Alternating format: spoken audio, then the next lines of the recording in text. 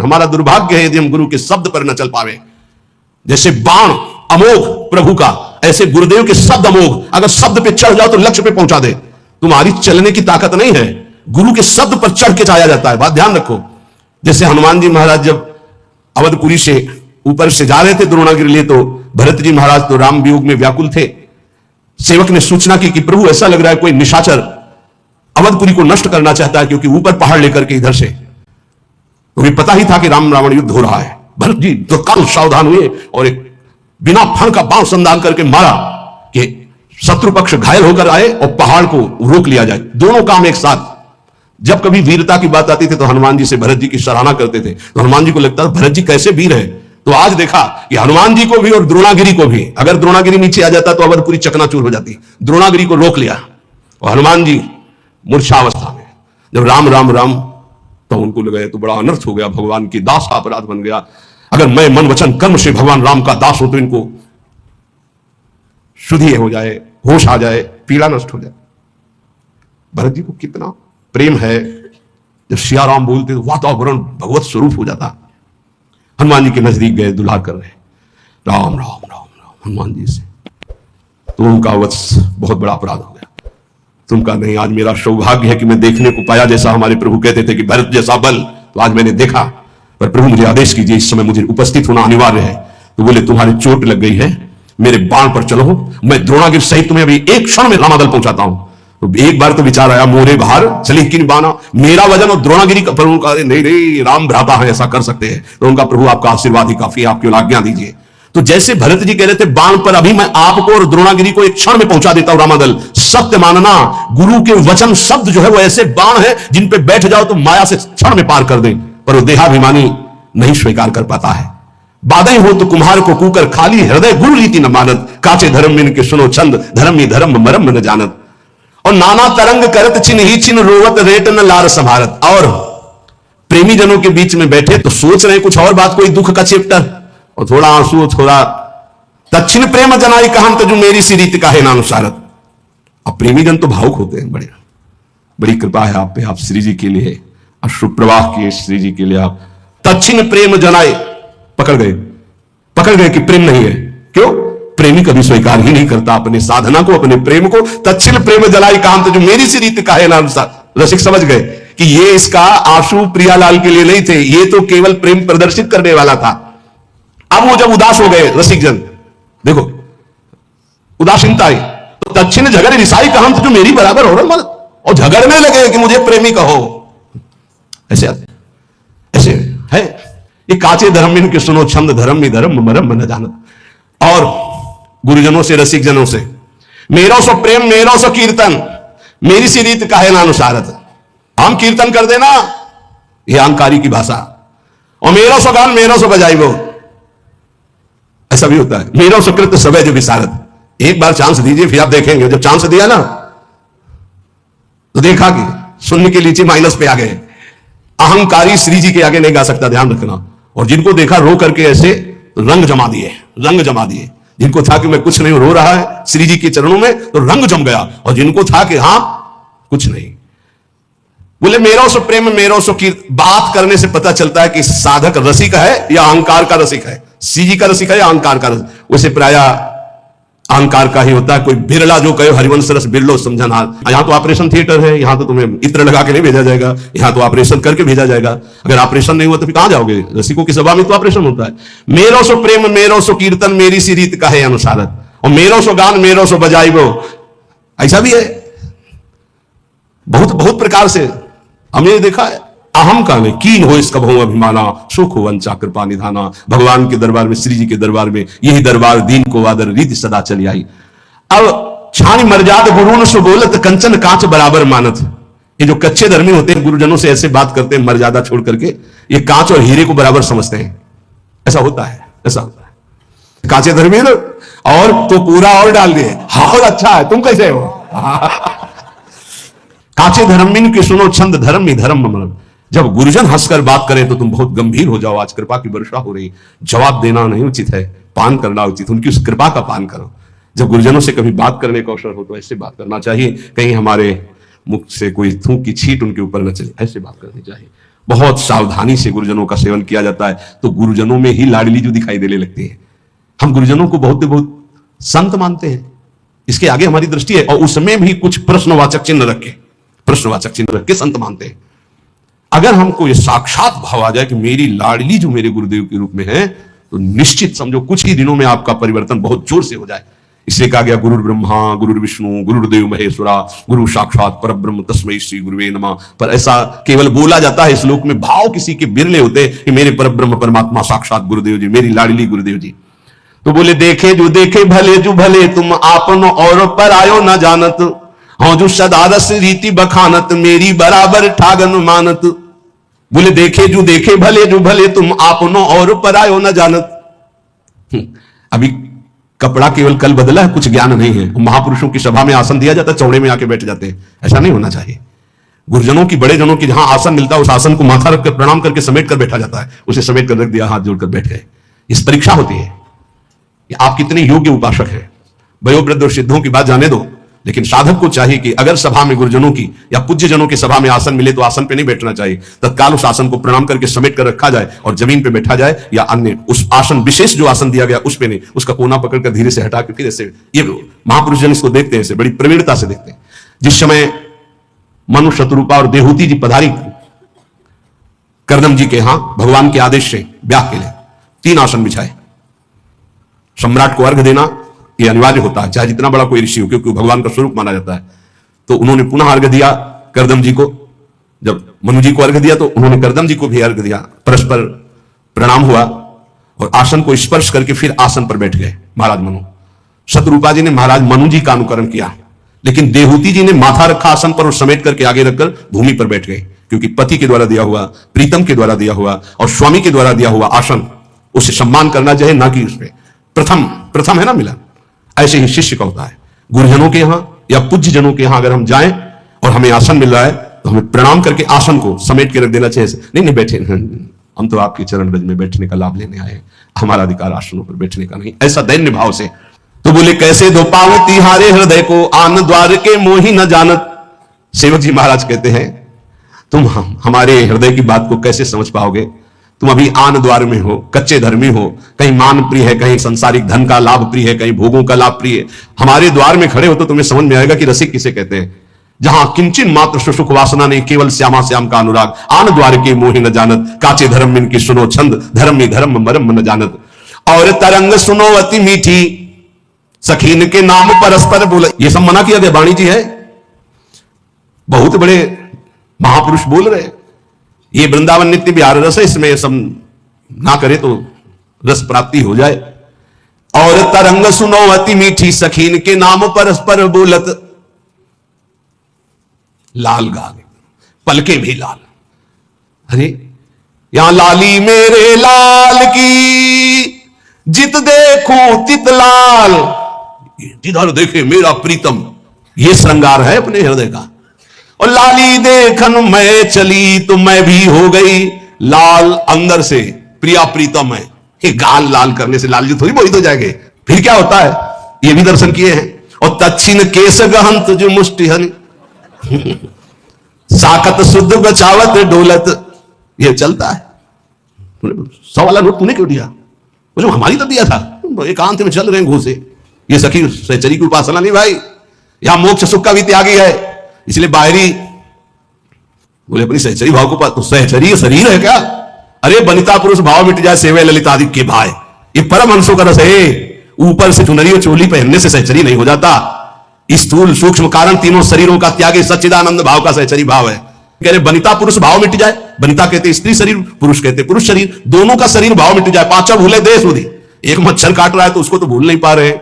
5 भूले देश सुधी, छठे भावना रास की, तब रास की भावना में डूब। यही तो है गुरुजनों की। कह रहे सेवक जी महाराज कैसे दो पाऊं तिहारे हृदय के, आन द्वार के मुंह न जानत। जो गुरुजनों की आज्ञा का पालन नहीं करते, छाण मर्याद गुरु उनसे बोलत, अपनी अपनी मनमानी कर रहे, कैसे दिव्य भाव देह को प्राप्त हो। सेवक जी कह रहे ये परस्पर नाम सखियों के रखते हैं, थोड़ी थोड़ी बात में घाटे मुनाफे में, इधर उधर अनुकूलता प्रतिकूलता में फिर थप्पड़ और घूंसा चलते हैं, लिखा हुआ है।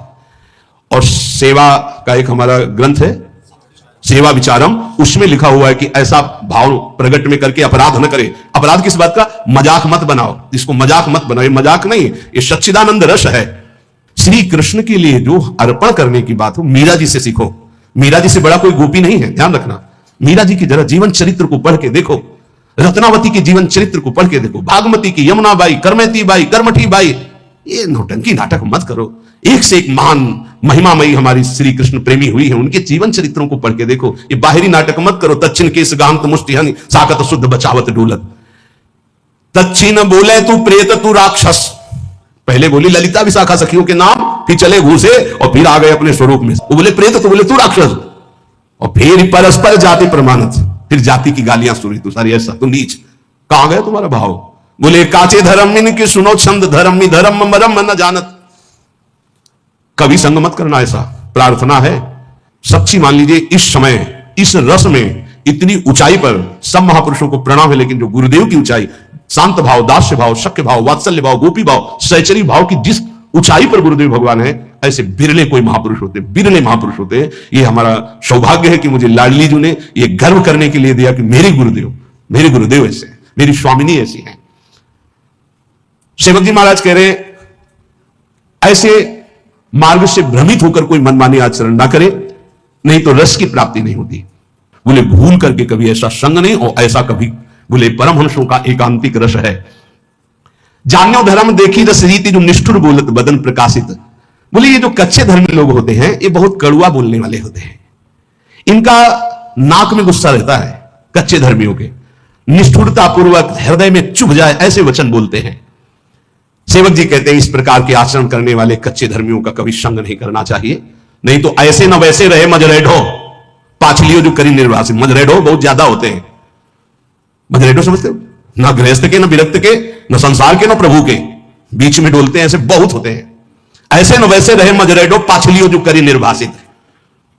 फिर ये वही है फेर जैसे के तैसे वहीं पहुंच गए, वैसे उससे भी नीचे गिर गए। क्योंकि गिरे हुए पुरुष को तो उठने का चांस है, लेकिन जो उठ करके गिरता है उसकी हड्डी टूट जाती है, उसको फिर उठने का चांस नहीं रहता। एक बार भगवत कृपा हुई, आप शरणागत हुए, भगवत मार्ग पर चले और आपने गुरुद्रोह अवहेलना, फिर वो जो गिरता है तो मूल मेरुदंड टूट जाती है। मेरुदंड अब उपासना का भाव ही नष्ट हो गया। अब किस जन्म में, कब, किस युग में अवसर ऐसा आवेगा, भटको। काचे धर्म इनके सुनो छंद, धर्म मरम न जान। ये ऐसे होते हैं, एक रिशाने से रूखे से दीखत पूछत रीति भभुकत धावत, एक रंग मगे बोलत चालत मामूले बपुरे जनावत। एक ऐसे होते हैं कि बात करो तो बिल्कुल भभुकत, भूकत मतलब किसका समझ रहे हो ना? हाँ, बात करो तो एकदम खा के दौड़ जाएंगे। ऐसे होते हैं, बहुत विचित्र। इसीलिए इतना ही काफी है। गुरुदेव भगवान को साष्टांग दंडवत, जिनसे परिचय है प्रेमी रसिक महापुरुषों को पंचांग दंडवत, साष्टांग दंडवत जैसा भाव बना, और चराचर जगत को नमन। यह सिद्धांत वैष्णव सिद्धांत में है। किसी को छूने की जरूरत नहीं है, अपने गुरुदेव भगवान की चरण रज अपने लिए पर्याप्त है, हमें किसी और के सपोर्ट की जरूरत नहीं है। बोले एक रिशाने से रूखे से दीखत, दर्शन मात्र से लगता है कि गुस्सा है। बात करे तो कैसे बात करनी चाहिए? हरिवंश नाम का प्रताप जिसके उदय होता है, हंसी बोले बहुमान श्री हरिवंश। आप कैसे? बहुत प्रिय वचन है, बचने का दरिद्रता है, पैसा लगता है मीठा बोलने में, हित बोलने में पैसा लगता है। श्री हरिवंश, राधे श्याम, राधे, और आपका मंगल है, ठीक है, बस ऐसे। एक रिशाने से रूखे से, एक काचे धर्मी, एक रिशाने से रूखे से दीखत पूछत रीति भभुकत धावत। ऐसे भूखते हुए आदमी एकदम दोबारा बात नहीं करेगा, ऐसे नहीं। एक रंग मगे बोलत चालत, एक रिसाले से रूखे से दिखत पूछत रीति भभुकत, और एक रंग मगे बोलत चालत है मामूले बपुरे जो जनावत। सेवक जी महाराज कह रहे हैं ये ऐसे बातचीत, तो ऐसे कि मतलब आदमी जो है लट्टू ही हो जाए, ऐसे प्यार भरी हृदय चूर धारा भाम सुधामयम बाचो, दोनों से बचना है। एक रिसाने से रूखे से दिखत, और एक बहुत है, जहां बहुत है शहद है तो वहां मक्खी भी है, डंक भी है। उचित प्रेमी जन उचित व्यवहार करते हैं। अगर तुमसे कोई बहुत चिपकावपन व्यवहार का हो रहा तो कुछ है तुम्हारे पास। जैसे सनातन गोस्वामी जी जब भागे थे ना, तो डाकू हम आपको छोड़ दें आपको, तो सेवक से पूछा कुछ है क्या रे तुम्हारे पास? बोले हाँ वो मोहरे थी ना, साथ तुम चुरा के लाए थे आपके खर्चा के लिए। बोले इसीलिए बहुत प्यार से बोल रहे, दे दे इसे, हम जानते हैं कौन है डाकू, इसको दे दे। ये अगर तुम्हारे पास कुछ है और फिर कोई बहुत प्यार से बोल रहा है, वो बात समझना है। एक रंग मगे बोलत चालत मामिले हो, बहुत है सम्मान स्वागत तो बहुत होश में, और बहुत है नाक में गुस्सा तो भी होश में। सेवक जी महाराज कह रहे एक बदन के साची साची का है चित्त सच्चाई की एको नानत। साधु बाहरी नहीं होता, साधु आंतरिक शत्रुओं को परास्त करके दिग्विजयी योद्धा होता है। काम क्रोध मद मान न मोहा लोभ न क्षोभ राग नहीं द्रोहा, जिनके कपट दम्भ नहीं माया तिनके हृदय बसौर। षड विकार जित अनघ अकामा। चूक होना फिसल जाना एक अलग बात है, लेकिन उसे स्वभाव बना लेना, उसका रसास्वादन करने लगना नहीं। एक बदन के साची साची का है चित्त सच्चाई के एको नानत। एक भी आचरण नहीं है जो बोला जा रहा है। क्या ऐसे प्रवचन से संसार का लाभ होगा? क्या ऐसे प्रवचन से आपका लाभ होगा? हाँ, लाभ होगा। जो अलाभ है, धन का लाभ होगा, प्रणाम नमस्कार होंगे, शिष्य बन जाएंगे, ये अलाभ है। ये अलभ्य लाभ नहीं है। अलभ्य लाभ तो कुछ और है, जो निरंतर भगवदाकार वृत्ति निर्विषय हृदय प्रियालाल के प्रेम में डूबा हुआ। बोले एक धर्म समुझे बिना गोसाई के हुए जो जगत पुजावत। मूल न मंत्र टटोरा की रीति धर्म न पूछत बदन दुरावत। सेवक जी जो कह रहे हैं बिल्कुल अक्षरशः वैसा देखा। मूल न मंत्र टटोरा की रीति, टटोरा की रीति शायद ये हो सकता है, शायद ये हो सकता है ऐसे, क्योंकि खुद को नहीं प्राप्त है। आचार्य परंपरा से महापुरुषों से जब तक जुड़ा नहीं जाता तब तक वो मंत्र नहीं प्राप्त होता, केवल इधर उधर की खेस्तान। एक धर्म समुझे बिना गोसाई के हुए जो जगत पुजावत। मूल न मंत्र टटोरा की रीति धर्मी न पूछत बदन दुरावत। जब रसिकों का सामना होता है तो आंख नहीं मिला सकते, कभी सामने नहीं आएंगे। धर्मी न पूछत बदन दुरावत। और एक मुलम्मा सो देत उघारी जो बल्लभ सो बल्लभ परमानत। एक ऐसे हैं जो भगवत प्रेम रस रीति को समझते नहीं हैं, केवल प्रवचन करते हैं जैसे लोहे पर सोने की पालिश की जाए। कितनी देर टिकेगी? कितनी देर टिकेगी? जब हृदय स्वर्ण नहीं है तो ऊपर से पालिश वचनों की करने से टिकता नहीं है। बोले पालिश हटने पर जैसे आकर्षण खत्म हो जाता है, ऐसे नाटक कितने दिन चलेगा? प्रवचन का नाटक कितने दिन चलेगा? ये महापुरुषों के वचन है। आकर्षणहीन प्रवचन से किसी का भी परिवर्तन नहीं होता। आकर्षण होता स्वयं के आचरणों का, तपस्या का, स्वयं का भजन का, स्वयं के अनुभव का। और वो नहीं है तो केवल प्रवचन मानो जैसे लोहे पर पालिश कर दी जाए सोने की। अच्छे अच्छे वचन छाट कर बोल रहे हैं पर है हृदय में कुछ नहीं। और जब प्रेमियों के सामने उनकी दृष्टि पड़ती तो बोले मुंह छुपाकर भागते हैं, वहां मिनट भी नहीं बैठ सकते हैं। और ये लोग अपनी बात में बल्लभ को बल्लभ परमात्मा उदाहरण देते हैं प्रिया प्रीतम के प्रेम का सांसारिक दंपत्ति से। बोले धिक्कार है इनकी बुद्धि को, जानते ही नहीं कि प्रिया प्रीतम कौन है और सांसारिक दंपत्ति का क्या स्वरूप है। और जब कोई गुरुजन इनसे समझाने की चेष्टा करे तो एक गुरु न सो बाध कर अंत। गुरुजनों से तर्क नहीं किया जाता। हमें रास्ता पता है कि परिक्रमा मार्ग से बिहारी जी ऐसे जाया जाता है, और एक गोसाई जी के घर से दरवाजा खुलता है जो बिल्कुल सीधे आंगन में खुलता है। वो दरवाजा हमें नहीं पता, हमको मेन रास्ता पता है। गुरुदेव वो रास्ता जानते जो सीधे बिहारी जी के सामने। अब हमें तर्क होता है कि रास्ता तो ये है, ये हमको ऐसे के चुपचाप चले जाओ पीछे। तो किसी के गोसाई जी के घर में गए और घर से जब दरवाजा खुला तो बिहारी जी के आंगन में पहुंच गए। कभी गए हो इनमें इतने में बैठे हुए?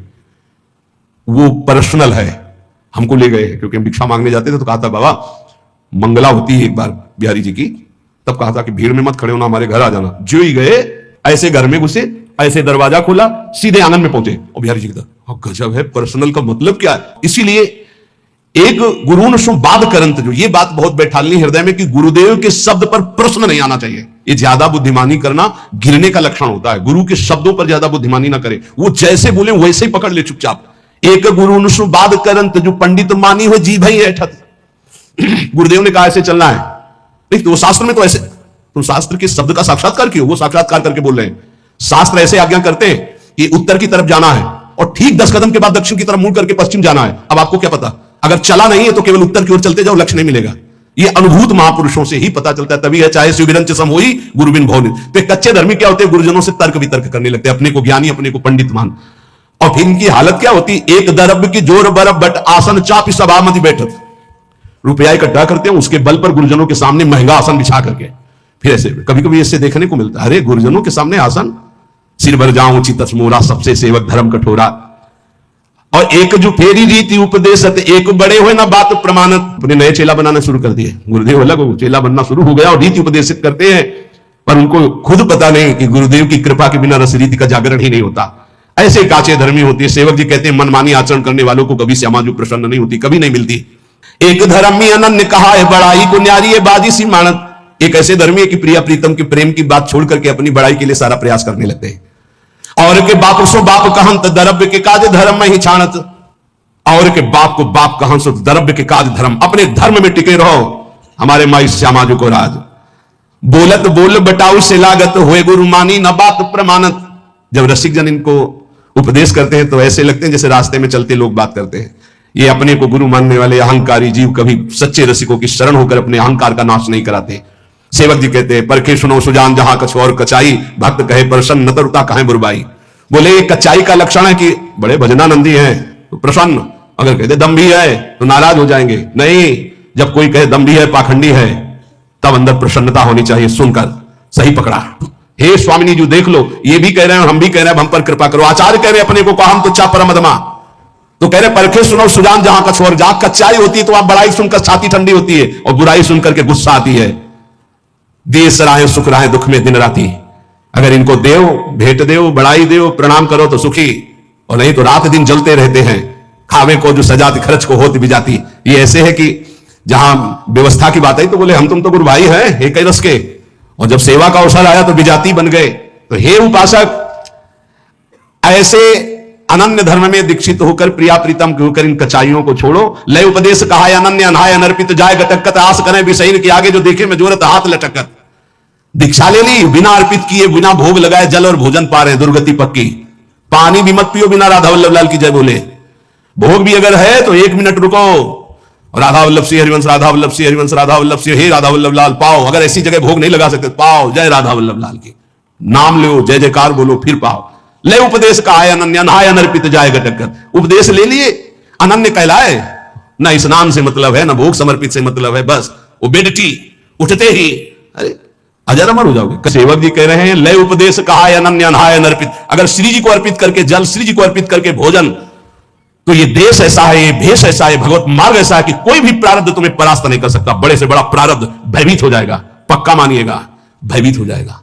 प्रारब्ध भोग अपना रोग थर्रा के सोचे कि कभी किसी जन्म में इसके पास नहीं आएंगे। हम कान पकड़ते हैं कभी किसी जन्म में नहीं, और यहां अपने को मनाना होता है कि ये रोग कभी ना आवे। नहीं, ऐसे बनो कि रोग हाथ जोड़े कि प्रभु अगर हमें प्रारब्ध रूप में कहीं भेजना हो तो अपने दासों के पास मत भेजना।